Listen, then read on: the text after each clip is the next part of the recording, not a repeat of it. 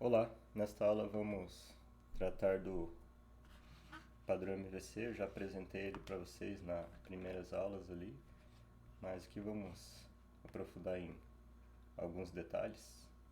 Então, como eu falei para vocês, o MVC é um padrão de projeto, que é a abreviação de Model View Controller.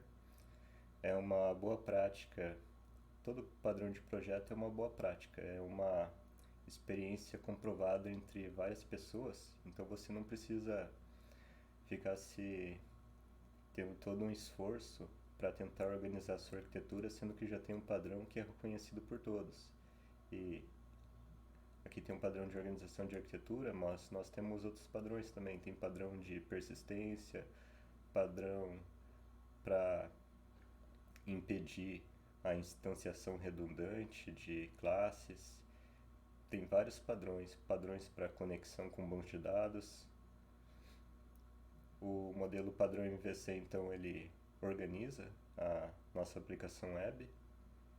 Claro que tem padrão também para organizar arquitetura de aplicação para mobile, padrão para organizar arquitetura de aplicação desktop, sistema desktop, tem padrões para todo tipo de desenvolvimento. Então, o model define o modelo ou domínio da aplicação, é onde nós colocamos as regras de negócio e também a persistência dos dados. Quando eu falo isso, colocamos as regras de negócio, eu estou querendo dizer as classes que são relacionadas com este objetivo. Persistência de dados também, as classes que estão relacionadas com persistência de dados, não só classes, mas também todos os arquivos necessários para configuração. Navio é a parte que vocês podem colocar todo o conteúdo relativo à interação com o usuário. Por exemplo, o que vocês viram no semestre passado, que é a parte de HTML, CSS, JavaScript, e, ou seja, é toda a parte de representação de entrada e saída de dados, lá da interface com o usuário. E o controller é um componente intermediário, ele recebe requisições do usuário e interage com o modelo em busca da resposta a ser retornada para o usuário, ou seja, ele é o mediador, é o que fica ali entre as duas partes e faz essa comunicação. Seguindo, por que usar o Spring MVC? Ele é poderoso e moderno. Quando eu digo poderoso é no sentido de ter vários recursos para desenvolvimento de sistemas que facilitam a implementação, porque, por exemplo, você evita esforço de configuração, esforço de ter que criar uma, um módulo que já exista, que possa simplesmente ser utilizado por vocês. Ele permite a criação de simples até robustas aplicações web. Ele usa recursos mais atuais da linguagem Java.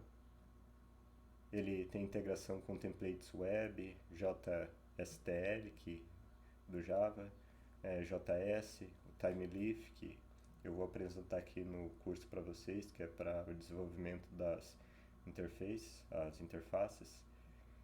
Tem requisições Ajax. Ajax é uma forma de deixar a aplicação mais interativa também, principalmente lá do lado do cliente, quando trata das respostas, e, e também otimiza algumas consultas, conversores de dados, validação de back-end, ou seja, você pode validar os dados lá no próprio negócio, e é RESTful. Alguns exemplos de anotações do Spring, né? Tem a controller, que transforma a classe em um bin do tipo controller do MVC. Isso aqui já é para tratar da própria organização dentro do Spring, porque o Spring ele já é baseado no padrão MVC, o Spring MVC. Então aqui quando você quer, por exemplo, criar uma classe controller, você cria ali o computador controller. Isso aqui vamos supor que é a classe de controle. Então você vai anotar ela com @controller. E essa vai ser a sua classe controladora. Tem outra anotação que é Request Mapping, que é usada para mapear URLs de acesso a um controller e aos métodos contidos nele. Também podemos definir verbos HTTP, como POST, GET, e acesso aos métodos. Aqui está alguns exemplos. Por exemplo, aqui na controller, Request Mapping.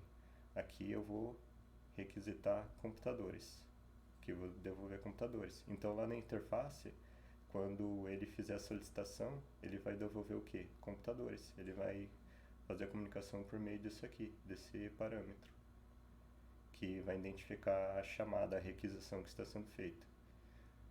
Aqui um request mapping path igual a listagem, que vai retornar um método star. Por exemplo, se eu quero listar os computadores, eu vou retornar a listagem.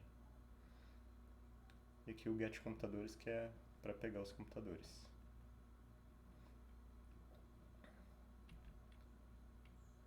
Aqui outra anotação, path variable, tem o objetivo de extrair da URL um parâmetro que foi incluído como path na URL, que aqui está um exemplo de utilização. Por exemplo, aqui, listagem. Listagem, mas eu vou listar por marca, né? Mas eu não sei qual marca. Eu vou fazer, por exemplo, a listagem da marca de acordo com a marca que o usuário escolheu lá no combo box. Então, eu vou definir aqui da forma genérica, vou passar a marca, só que quando o usuário fizer a solicitação lá, por exemplo, se ele selecionou lá no combo box a marca, que é a marca do que? Computadores, marca Dell. Vamos supor que está passando a marca Dell. Ele vai retornar isso aqui com todos os computadores da marca Dell.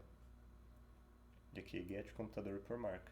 Pega esse método aqui e passa aqui a variável marca. Request param tem como objetivo capturar um parâmetro de consulta, uma query param, enviado por solicitação. Aqui está um exemplo, né? Que igual eu falei para vocês aqui, a marca já está passando IBM aqui. Aqui já passou um parâmetro, aqui já está com método, que sempre quando você tem essa interrogação aqui, é para passar um parâmetro via get. Aqui está um exemplo, método.get, que ele vai fazer a interrogação aqui e vai passar aqui o marca recebe IBM. Se você passasse, por exemplo, com post, que é outro método para passar os parâmetros, você não exibiria marca aqui. Veja então que quando você for passar um parâmetro, por exemplo, como uma senha, você vai utilizar o método get? Não, você vai utilizar o post. Aqui um exemplo, request mapping, passando computadores então, request mapping aqui passando listagem, e aqui request param, o name está recebendo a marca. Aqui é só para vocês entenderem a teoria, mas depois na prática, quando vocês começarem a implementar, vai ficar mais fácil para entender esses conceitos. Por isso, não se assustem com esse conteúdo teórico, até porque essa daqui é uma das partes mais complexas mesmo.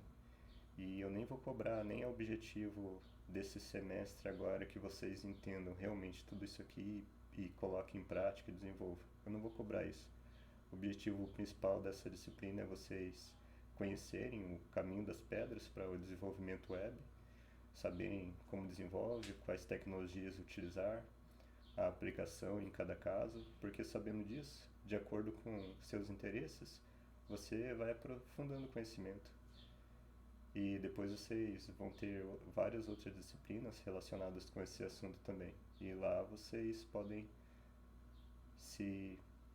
ir se aprimorando nessa parte, na prática e nas teorias também. O objetivo principal aqui é que vocês entendam então o desenvolvimento web e aprendam a fazer a configuração de conexão com banco de dados e utilizando um padrão que vai ser o padrão DAO, de Data Access Object, que é o objeto de acesso a dados. Então não se preocupe muito com isso aqui. Aqui outra notação é o model attribute, que pode ser utilizado sobre a assinatura de um método ou como argumento de um método. Aqui, por exemplo, aqui na hora de salvar, eu já passei o model attribute e estou passando aqui computador do tipo computador. Quer dizer, estou passando computador do tipo computador. E aqui model attribute vai ser o CPUs. E aqui ele vai, por exemplo, de popular um combo box, que vai popular o combo box com todos os CPUs. E daí ele vai retornar todos os valores que tem em CPUs. Um conceito importante a ser entendido antes de ir para a próxima anotação é o de client-side e de server-side. O que é client-side e server-side? Tudo que você desenvolve no lado do cliente é o client-side. Por exemplo, quando você faz as páginas web, você utiliza HTML, CSS, JavaScript, entre outros. jQuery, Angular, React. Esse símbolo aqui é do React. Isso daqui são tecnologias que você pode utilizar para desenvolver as suas interfaces web, e as suas interfaces ficam bem ricas utilizando elas. Só que elas são client-side. E a vantagem do client-side é para quando você tem um cliente com muito recurso de processamento, porque tudo vai ser processado, renderizado lá do lado do cliente. Agora, o que é server-side já é a parte que é feita do lado do servidor. Por exemplo, quando vocês programam com Java, o Java fica do lado do servidor. E o banco de dados também fica do